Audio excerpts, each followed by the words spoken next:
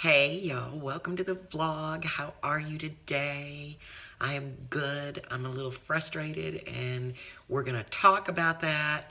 But I just wanted to check in with you and make sure that you guys are having a great day.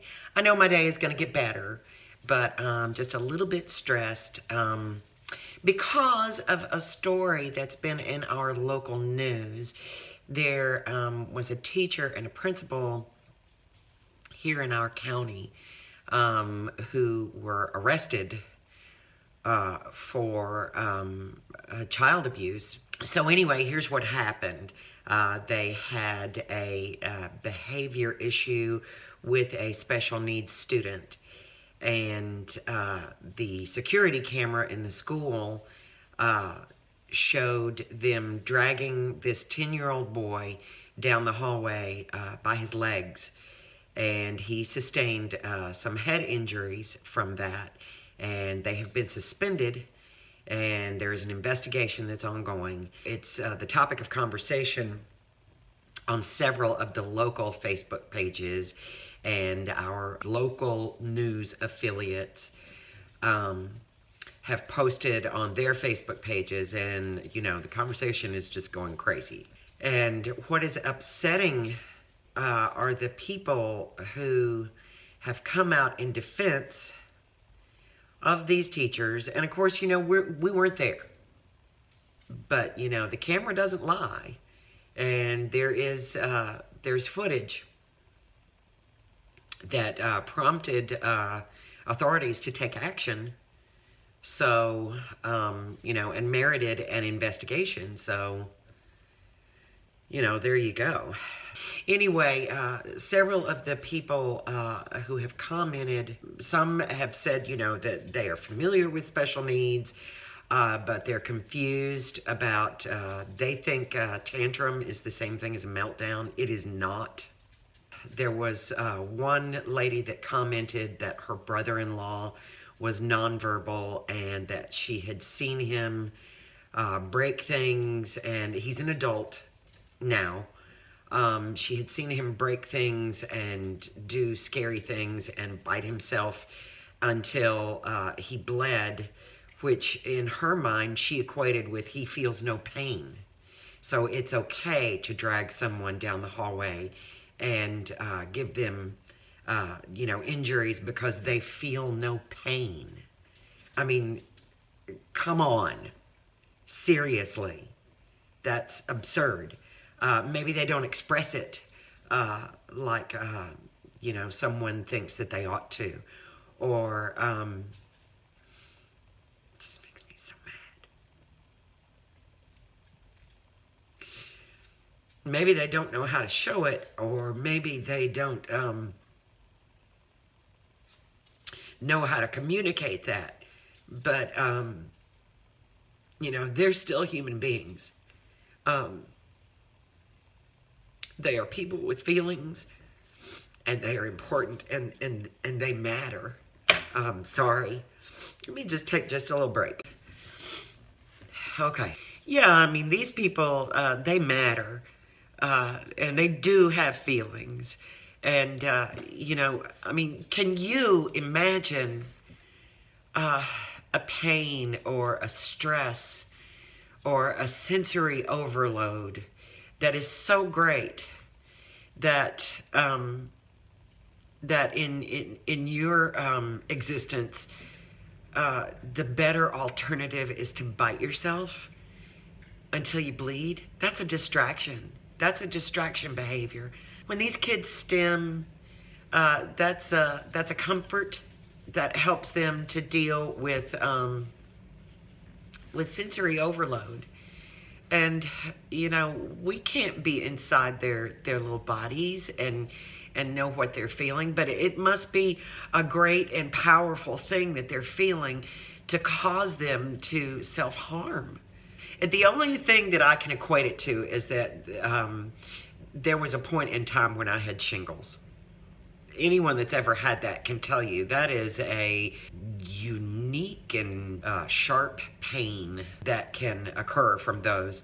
You know, I had one down in my ear canal, And it hurt so badly that it was a better distraction for me. The pain was so great that I took the TV remote and I was smacking myself in the head on the other side, which sounds absolutely absurd, but it was a distraction from this pain over here, which was greater. So I can kind of get that. I mean, you know, there are things that we do to self-comfort. I'm a hair twirler. Anybody that knows me knows that when I get tired or I get stressed, I twirl my hair. And, you know, a lot of people do things like that. Some people just zone out, just wash the world away. Calgon, take me away. Does anybody remember that commercial? Everybody gets stressed and everybody deals with it in their own way, even special needs kids. And for a teacher or an authority figure or a therapist to abuse their authority to stay on task or to stay on schedule or on behalf of the other student body. I mean, come on. It's just ridiculous. So that's my little rant for today. Please know the difference. Please know the difference. And even if a special needs child is having a tantrum, dragging them down the hallway by their feet, by their legs, is not the answer. They're never going to be able to equate, you know, a spanking or some kind of injurious activity with their behavior. They're never going to be able to understand, oh, hey, you know, if they beat the living daylights out of me, maybe I shouldn't do that behavior anymore. All they know is, you know, I'm in extreme, excruciating pain, stress, overwhelmed, you know, by sensory issues, and now I'm getting a beating. You know, that's not the way we communicate. That's not how they learn. That is not their language. You know, as adults, we need to be the ones that extend ourselves to them, not the other way around, because they can't, and we can. So why should we be stubborn and I just don't get it. You know, it wasn't that long ago that there was a little boy nearby who was murdered by his father because he was 5 years old. He was nonverbal autistic, and he had peed on their carpet in the living room, and his father literally beat him to death with his own hands. They never found this boy's body. The parents were arrested and they were put in jail. And I am not trying to compare that child's murder with what happened at our local school. However, these abuses have to stop. And this notion that if we just punish these kids enough, they'll eventually get the picture. That's not true. I have seen Kyrie have one meltdown. Now, I've seen her, you know, be upset, not want to do something, and, you know, she gets upset, and sometimes it's easy to tell the difference with her. It's very easy to tell the difference, but there are a lot of kids that it's not. And I think it's easy for me to tell the difference because I know Kyrie. I know her super well, and I can tell the difference. Like I said, I've seen one meltdown, and I've seen her bite herself, and I was terrified. I was terrified for her, not for me.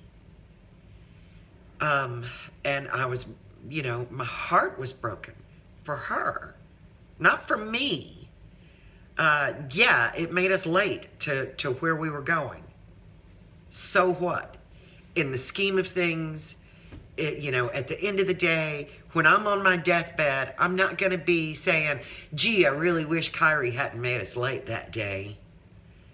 And the simple fact of the matter was, she was trying to go potty in her diaper, and she needed a little peace and to, just to be left alone until, she could complete that. It was, and to this day, it is something that is difficult for her because she's had, digestive issues. And for some reason, that is sensory overload for her. And she cannot tolerate being touched. She cannot tolerate any type of attention. She just needs to be left alone.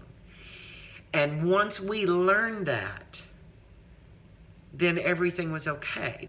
When you put a child in an atmosphere where it's highly structured, they can't always stick to the schedule.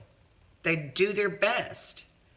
But, when nature calls, nature calls. I mean, there's no stopping that. And that is something that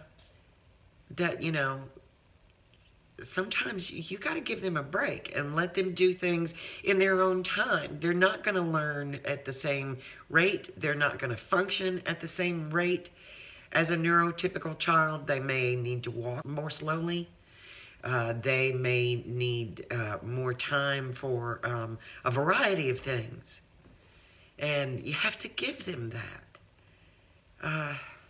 Gosh, it's just so frustrating to me to hear so many people, say, well, you can just spank it out of them, or, put them in timeout, or and in some situations that works, but during a meltdown, that does not work. It does not work, folks.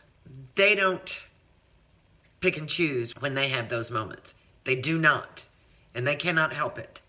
And they cannot abbreviate that for you, for your convenience. So please be kind and please be patient. Our kids need us. Our special needs kids, they really do need their communities to support them and champion them. And it is unfortunate, I've read a lot of commentary from people who really like this principal and this particular teacher. And that's wonderful that they have had positive experiences with these women. However, in this situation, these women failed miserably and have proven that while they may be great with the neurotypical student body, they are not trained and equipped to handle or deal with special needs children. And for that reason, it's my opinion that they should no longer be in our county's employ. So there you go. So thank you so much for stopping by. Please comment down below. I really am interested in your opinion. Do you agree with me? Do you think the teachers were wrong? Do you have any questions?